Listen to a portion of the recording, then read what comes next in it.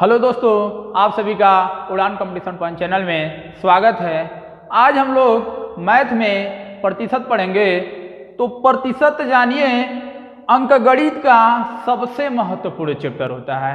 महत्वपूर्ण इसलिए होता है क्योंकि प्रतिशत की बात करें तो साधारण ब्याज में भी यूज होता है, चक्रवृद्धि ब्याज में भी यूज होता है, लाभ हानि में भी यूज होता है और बट्टा में भी यूज होता है। तो चलिए प्रतिशत के बारे में जान लेते हैं, प्रतिशत का अर्थ क्या होता है। जैसे समझिए ये प्रतिशत, तो देखिए इसके नाम में ये अर्थ है। प्रतिशत के अगर अर्थ की बात करें तो समझिए प्रति और सैकड़ा। प्रतिशत का अर्थ होता है प्रति सैकड़ा। अगर हम लोग इसको दूसरे भाषा में कहें, प्रतिशत की अगर दूसरे भाषा में हम लोग कहें तो वह भिन्न जिसका हर 100 होता है। प्रतिशत को अगर भिन्न में कहें तो वह भिन्न जिसका हर 100 होता है। जैसे हम लोग बात करें, जैसे समझिए 10% है। जब 10% को भिन्न में बदलेंगे तो समझिए 10/100। तो देखिए वह भिन्न जिसका हर 100 हो उसे हम लोग क्या कहेंगे? प्रतिशत कहेंगे। तो समझिए जब प्रतिशत को हटाते हैं तो 100 से भाग देते हैं, और जब प्रतिशत को लगाते हैं तो 100 से गुणा करते हैं। जैसे एक और समझ लेते हैं, जैसे समझ लीजिए कहीं 25% लिखा है, तो जब प्रतिशत को हटाएंगे तो क्या हो जाएगा? 25/100। तो देखिए जब इसको भिन्न में बदल देंगे तो हो जाएगा 1/10, और जब इसको बदलेंगे तो हो जाएगा 1/4। तो समझिए चाहे जितना भी प्रतिशत हो, चाहे 10%, चाहे 20%, चाहे 50%, उतना बटे ही 100। जब प्रतिशत को हटाएंगे तो 100 से भाग देंगे, या प्रतिशत को लगाएंगे तो 100 से गुणा करेंगे। जैसे समझ लीजिए अगर कहीं 1/4 भिन्न है, 1/4 है, जब इसको प्रतिशत में बदलेंगे तो क्या करेंगे? 100 से गुणा कर देंगे। तो हम जानते हैं 100 को जब 4 से काट देंगे तो कितना आ जाएगा? 25%।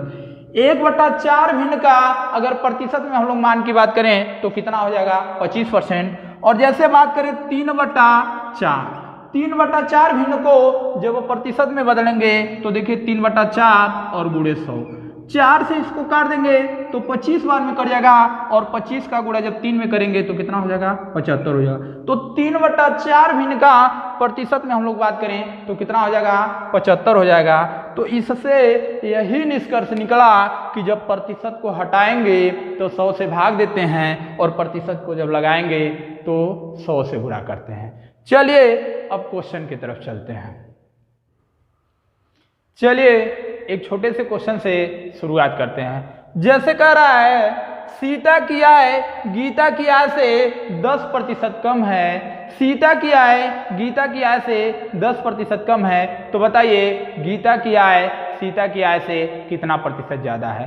तो इस प्रश्न को लगाने से पहले दो छोटे से फार्मूला हैं, चलिए उस फार्मूला के बारे में जान लेते हैं। जैसे प्रतिशत वृद्धि की बात करें तो प्रतिशत वृद्धि बराबर क्या होता है? प्रतिशत वृद्धि बराबर होता है कुल वृद्धि बटे कुल वृद्धि बटे प्रारंभिक मान और गुणे 100। प्रतिशत वृद्धि बराबर होता है कुल वृद्धि बटे प्रारंभिक मान और गुणे 100। और चलिए दूसरा वाला फार्मूला देख लेते हैं। प्रतिशत कमी बराबर क्या होता है? तो प्रतिशत कमी बराबर होता है कुल कमी बटे प्रारंभिक मान और गुणे 100। प्रतिशत कमी बराबर होता है कुल कमी बटे प्रारंभिक मान गुणे 100। तो चलिए अब क्वेश्चन को देखते हैं। कह रहा है सीता की आय गीता की आय से 10% कम है। सीता की आय गीता की आय से 10% कम है। तो देखिए जब भी ऐसा प्रश्न रहेगा हम लोग कैसे लगाएंगे? गीता को मान लेंगे 100, और कह रहा सीता की आय गीता की आय से 10% कम है। जब ये 100 है, 100 का 10% होगा 10, और 100 में से जब 10 घटा देंगे तो हो जाएगा 90। तो देखिए सीता की आय गीता की आय से 10% कम है, तो पूछा है गीता की आय सीता की आय से कितना प्रतिशत ज्यादा है। तो यहाँ पे देखिए अभी हम बताए हैं प्रतिशत वृद्धि बराबर होता है कुल वृद्धि बटे प्रारंभिक मान और गुणे 100। तो यहाँ पे देखिए कितने की वृद्धि है 10 की, और प्रारंभिक मान की बात करें तो कितना है 90 है और गुणे 100। तो देखिए 10 से जब 90 में भाग देंगे तो कितना बार में कट जाएगा 9 बार में, और 100 को जब 9 से भाग देंगे तो कितना बार में कट जाएगा 11 सही 1/9%। तो देखिए गीता की आय सीता की आय से 11 सही 1/9% ज्यादा है, यही हमारा उत्तर हो जाएगा। चलिए अगला क्वेश्चन देखते हैं। राम की आय श्याम की आय से 20% ज्यादा है, तो बताइए श्याम की आय राम की आय से कितना प्रतिशत कम है। तो देखिए इस क्वेश्चन को कैसे लगाएंगे। राम की आय श्याम की आय से 20% ज्यादा है, तो देखिए श्याम को मान लेंगे 100 और 100 का 20% हो जाएगा 20, ज्यादा है तो जोड़ देंगे तो कितना हो जाएगा 120। राम की आय श्याम की आय से 20% अधिक है, तो बताइए श्याम की आय राम की आय से कितना प्रतिशत कम है। तो यहाँ पे देखिए कितना कम है 20 कम है, और किससे 120 से। अभी हम बताए हैं कि जब प्रतिशत लगाते हैं तो क्या करते हैं 100 से गुणा करते हैं। तो देखिए 20 कम है और किससे 120 से और गुणे 100। तो जब 20 से भाग देंगे इसको तो कितना बार में कट जाएगा 6 बार में कट जाएगा। अब 2 से काट देंगे तो 3 बार में कट जाएगा, और इसको काटेंगे तब 50 बार में कट जाएगा। तो आएगा 50/3%। जब इसको भाग देंगे तो कितना हो जाएगा, देखिए 50 को जब 3 से भाग देंगे तो 16 सही 2/3%। तो देखिए श्याम की आय राम की आय से 16 सही 2/3% कम है, यही हमारा उत्तर हो जाएगा। आइए अब अगला क्वेश्चन देखते हैं। जैसे कह रहा है एक व्यक्ति की आय 10% बढ़ी और कुछ दिनों बाद पुनः 20% बढ़ गई, इस प्रकार व्यक्ति की आय में कुल कितने प्रतिशत की वृद्धि हुई। तो देखिए इस प्रश्न को कैसे लगाएंगे। जब 2 लगातार वृद्धि हो तो समझिए कैसे लगाएंगे। इसके लिए फार्मूला क्या होता है, x + y और फिर प्लस x × y और बटे 100। x क्या है प्रथम वृद्धि, y क्या है दूसरा वृद्धि। तो देखिए लगाएंगे कैसे। देखिए x का मान दिया है 10 और y का मान दिया है 20, x + y फिर प्लस और 10 गुणे 20 और बटे 100। तो देखिए 1 0 से 1 0 काट देंगे और फिर इसको 1 0 से 1 0 काट देंगे, इधर हो जाएगा 10 और 20 30 और प्लस 2, तो कितना हो जाएगा 32। तो देखिए एक बार 10% बढ़ा और दूसरी बार 20% बढ़ा, तो इस प्रकार कुल हमारा कितने प्रतिशत की वृद्धि हो जाएगी 32% की। चलिए इसको अगर शॉर्टकट लगाना है तब कैसे लगाएंगे, ट्रिक के माध्यम से। तो देखिए ट्रिक के माध्यम से कैसे लगाएंगे। पहले मानेंगे 100 और पहली बार कितना कर रहा है वृद्धि करने के लिए 10%, तो लिख दीजिए 110। फिर दूसरी बार भी मानेंगे 100, अब कितना कर रहा है वृद्धि करने के लिए 20%, तो लिख देंगे 120। अब देखिए कैसे इसको लगाते हैं ट्रिक के माध्यम से। सामने से 1 0 से 1 0 काट देंगे और इसको भी क्या करेंगे 1 0 से 1 0 काट देंगे। अब इधर गुणा करेंगे तो हो जाएगा 10 का गुणा 10 में करेंगे तो हो जाएगा 100, और इधर 11 का गुणा 12 में करेंगे तो हो जाएगा 132। अब देखिए इधर वाला जो आएगा ए उसकी प्रारंभिक आय दर्शाएगा और इधर जो आएगा वृद्धि करने के बाद दर्शाएगा। तो 100 था हो गया 132, तो कितने की वृद्धि हुई है 32 की वृद्धि हुई है, और कहाँ से 100 से और गुणे 100। तो 100 से 100 कट जाएगा, तो हम लोग बात करें तो कुल कितने प्रतिशत की वृद्धि हो जाएगी 32% की वृद्धि हो जाएगी, यही हमारा उत्तर हो जाएगा। आइए अब अगला क्वेश्चन देखते हैं। जैसे कह रहा है एक व्यक्ति की मजदूरी पहले 10% बढ़ी और परंतु कुछ दिन बाद 10% घट गई, इस प्रकार उसके आय में कितने प्रतिशत का परिवर्तन हुआ। तो देखिए जो पिछला क्वेश्चन हम लगाए हैं उसमें क्या था, दोनों बार वृद्धि था। इस क्वेश्चन में एक बार वृद्धि है और एक बार कमी है। तो देखिए कैसे लगेंगे। पहले मानेंगे 100, 10% वृद्धि की बात कर रहा है तो लिख देंगे 110।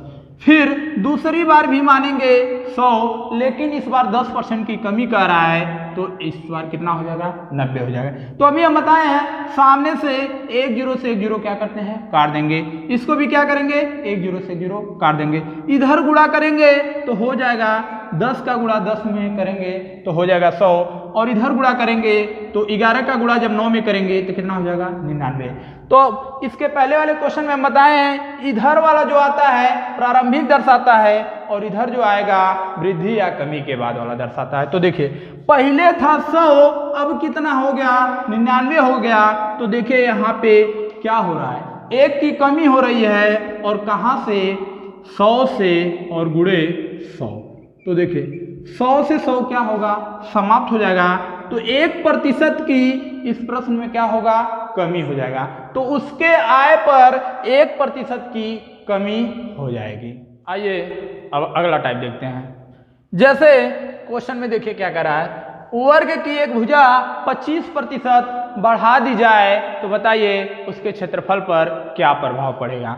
तो देखिए कैसे क्वेश्चन लगाते हैं, वर्ग की एक भुजा 25% बढ़ा दी जाए तो उसके क्षेत्रफल पर क्या प्रभाव पड़ेगा। तो हम जानते हैं वर्ग का क्षेत्रफल जो होता है, वर्ग का जो क्षेत्रफल होता है भुजा स्क्वायर होता है, वर्ग का जो क्षेत्रफल होता है भुजा स्क्वायर मतलब a का स्क्वायर। तो देखिए वर्ग की एक भुजा जब देखिए मानेंगे 100 और जब कर 25% बढ़ा दी जाए तो 100 से कितना हो गया 125। हम जानते हैं वर्ग का क्षेत्रफल a गुणे a होता है, तो एक भुजा को 25% बढ़ाए हैं तो दूसरा भी कितना हो जाएगा 100 से 125 हो जाएगा। तो देखिए इस क्वेश्चन को कैसे लगाएंगे, पिछला जितना क्वेश्चन हम करवाए हैं एक जीरो से एक जीरो काट देते थे, लेकिन इसमें जीरो तो है ही नहीं। तो देखिए कैसे इसको लगाएं, इसको काट करके छोटा कर देंगे तो देखिए 25 से जब काटेंगे तो ये 4 बार में कट जाएगा और इसको काटेंगे तो 5 बार में कट जाएगा, फिर इसको काटेंगे तो 4 बार में कट जाएगा और इसको काटेंगे तो 5 बार में कट जाएगा। तो देखिए अब गुणा करेंगे तो इधर कितना हो जाएगा 16 हो जाएगा और इधर गुणा करेंगे तो कितना हो जाएगा 25 हो जाएगा। तो अभी हम बताएं कि इसके पहले जो आता है क्या आता है प्रारंभिक आता है और ये जो रहेगा वृद्धि या कमी के बाद वाला दर्शाता है। तो देखिए पहले वर्ग का क्षेत्रफल 16 था, अब कितना हो गया 25 हो गया, तो कितने की वृद्धि हुई 9 की वृद्धि हुई, और कहां से 16 से और गुणे 100।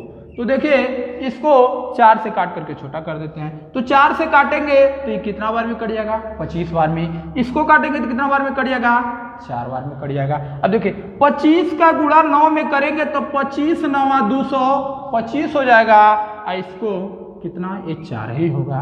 तो देखिए जब इसको भाग देंगे तो 4 पचे 20 हो जाएगा, बचा कितना 2 और 4 छके 24 हो जाएगा। अब कितना बचा 1 बचा, तो उसके जो क्षेत्रफल पर प्रभाव पड़ेगा वो कितना पड़ेगा 56 से ही 1/4% की क्या हो जाएगी वृद्धि हो जाएगी, यही हमारा उत्तर हो जाएगा। आइए अब अगला क्वेश्चन देखते हैं। जैसे कह रहा है आयत की लंबाई 30% बढ़ा दी जाए और चौड़ाई 10% बढ़ा दी जाए तो बताइए उसके क्षेत्रफल पर क्या प्रभाव पड़ेगा। तो अभी हम बताए हैं आयत का क्षेत्रफल क्या होता है लंबाई गुणे चौड़ाई। तो देखिए हम लंबाई को मान लेंगे 100 और कह रहा है 30% बढ़ा दी जाए तो कितना हो जाएगा 130। चौड़ाई को भी मान लेंगे 100, लेकिन कह रहा है 10% बढ़ा दी जाए तो कितना हो जाएगा 110। देखिए लंबाई माने है 100, 30% बढ़ाने की बात कर रहा है तो 130, चौड़ाई माने है 100, 10% बढ़ाने की बात कर रहा है तो 110। तो देखिए एक जीरो से एक जीरो काट देंगे और इसको भी एक जीरो से एक जीरो काट देंगे तो इधर गुणा करेंगे तो कितना हो जाएगा 100 हो जाएगा, और इधर गुणा करेंगे तो 143 हो जाएगा। तो समझे आयत का पहले क्षेत्रफल कितना था 100 था, अब आयत का क्षेत्रफल कितना है 143 है। तो देखिए पहले से कितना वृद्धि है तो 43 है, और कहां से 100 से और गुणे 100। तो देखिए 100 से 100 क्या करेंगे काट देंगे तो कितना हो जाएगा 43%। आयत की लंबाई 30% बढ़ा दी जाए और चौड़ाई 10% बढ़ा दी जाए तो उसका क्षेत्रफल 43% बढ़ जाएगा। यही हमारा उत्तर हो जाएगा। आइए अब अगला टाइप देखते हैं। जैसे क्वेश्चन कह रहा है एक चुनाव में 2 उम्मीदवार थे, जीतने वाले उम्मीदवार को कुल मतों का 65% मत मिला हो और वह 900 मतों से विजय हो गया हो, तो मतदाता सूची में कितने मतदाताओं के नाम दर्ज हैं। तो देखिए एक चुनाव था और उस चुनाव में 2 उम्मीदवार थे। एक चुनाव था, उस चुनाव में 2 उम्मीदवार थे। तो हम जानते हैं चुनाव अगर बात करें मतदाता की संख्या तो अपने आप में 100% होगा। अब कह रहा है जीतने वाला उम्मीदवार 65% मत पाया है। जब जीतने वाला उम्मीदवार 65% मत पाया है और दोनों मिलाकर के 100 होना चाहिए, तो हारने वाला कितना पाया होगा।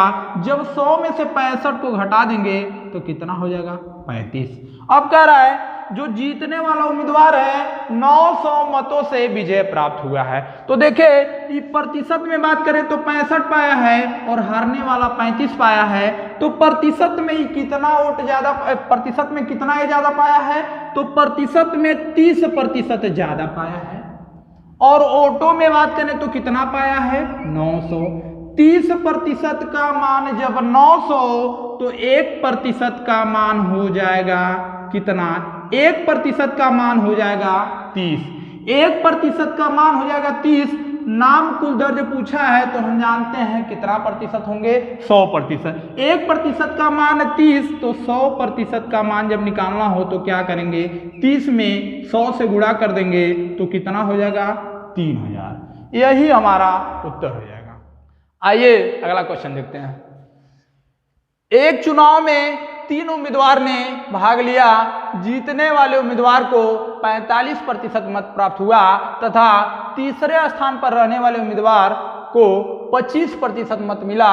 यदि दूसरे स्थान पर रहने वाला उम्मीदवार 4500 मतों से चुनाव हारा हो तो कुल कितने मतदाताओं ने मतदान किया। तो चलिए देखते हैं इस क्वेश्चन को कैसे लगाएंगे। एक चुनाव था, देखिए चुनाव 100% का वोट रहा होगा और चुनाव में 3 उम्मीदवार ने भाग लिया। पहले स्थान पर रहने वाला उम्मीदवार 45% मत पाया है और तीसरे स्थान पर रहने वाला उम्मीदवार 25% मत पाया है। और कह रहा है दूसरे स्थान पर रहने वाला उम्मीदवार 4500 वोटों से हार गया हो, तो बताइए कुल कितने मतदाताओं ने मतदान किया। तो देखिए कैसे लगाएंगे। हम जानते हैं चुनाव की अगर बात करें तो अपने आप में 100% होगा कुल। तो देखिए यहाँ पे 45 और कितना 25, 45 और 25 कितना हो गया 70 हो गया। तो जो बचा यही दूसरा वाला पाया। तो दूसरा वाला कितना पाया होगा 30%।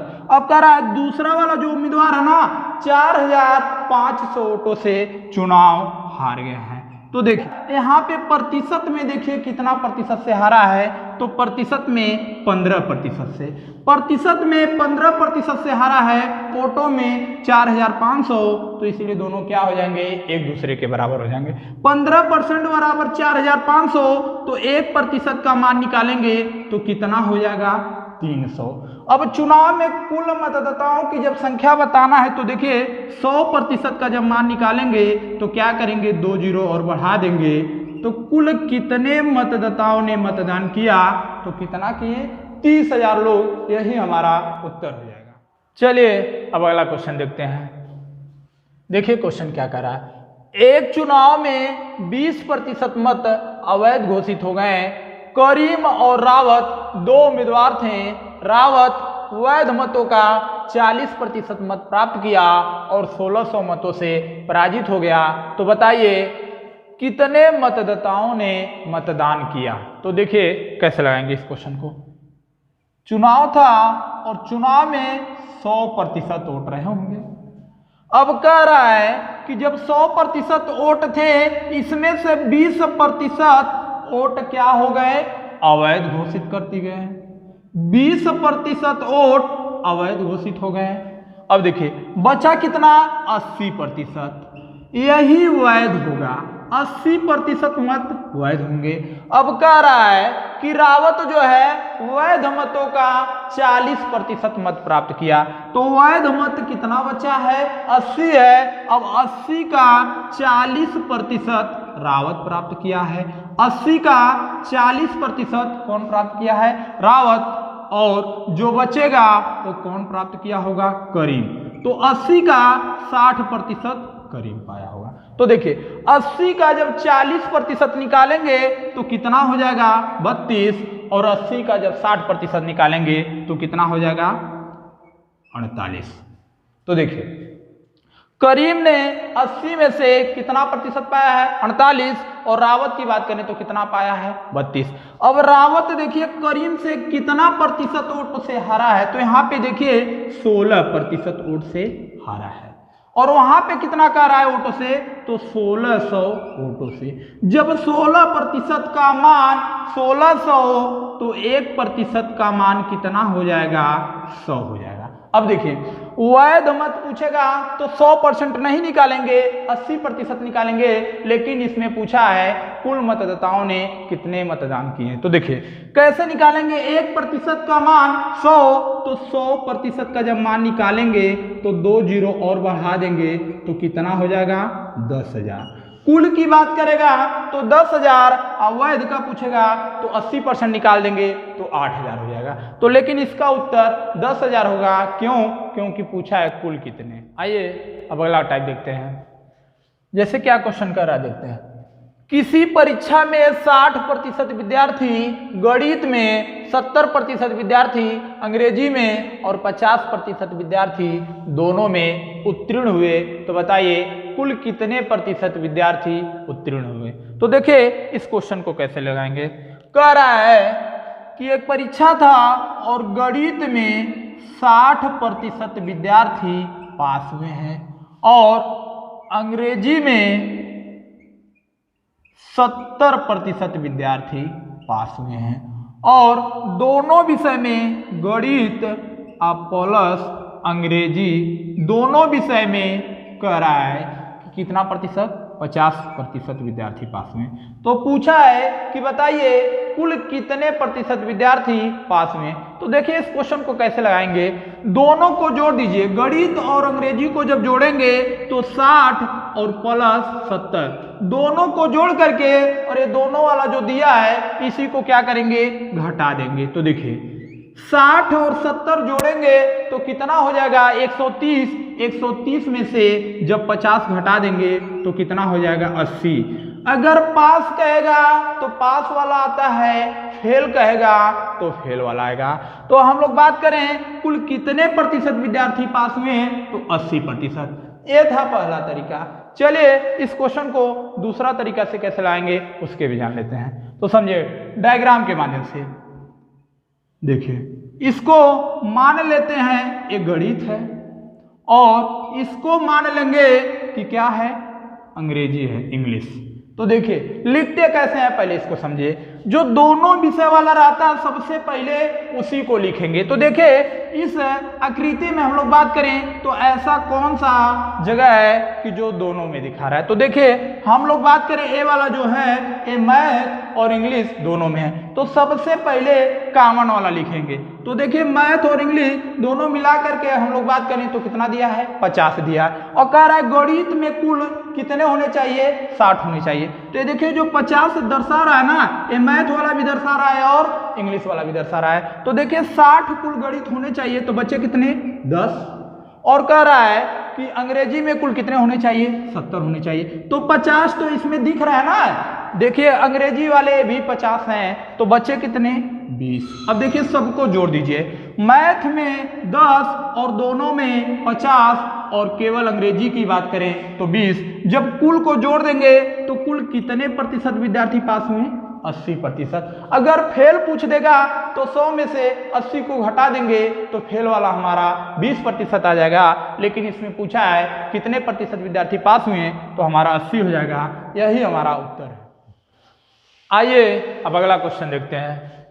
जैसे कह रहा है एक परीक्षा में हिंदी में 40% और संस्कृत में 25% और दोनों विषय में 20% विद्यार्थी अनुत्तीर्ण हुए हों तो कुल कितने प्रतिशत विद्यार्थी उत्तीर्ण हुए हैं। तो देखिए एक परीक्षा था और उस परीक्षा में हिंदी में 40% और संस्कृत में 25%, हिंदी में 40% और संस्कृत में 25% और दोनों में कह रहा है कि 20% विद्यार्थी अनुत्तीर्ण हुए हैं। तो बताइए कुल कितने प्रतिशत विद्यार्थी पास हुए हैं। तो देखिए कैसे लगाएंगे।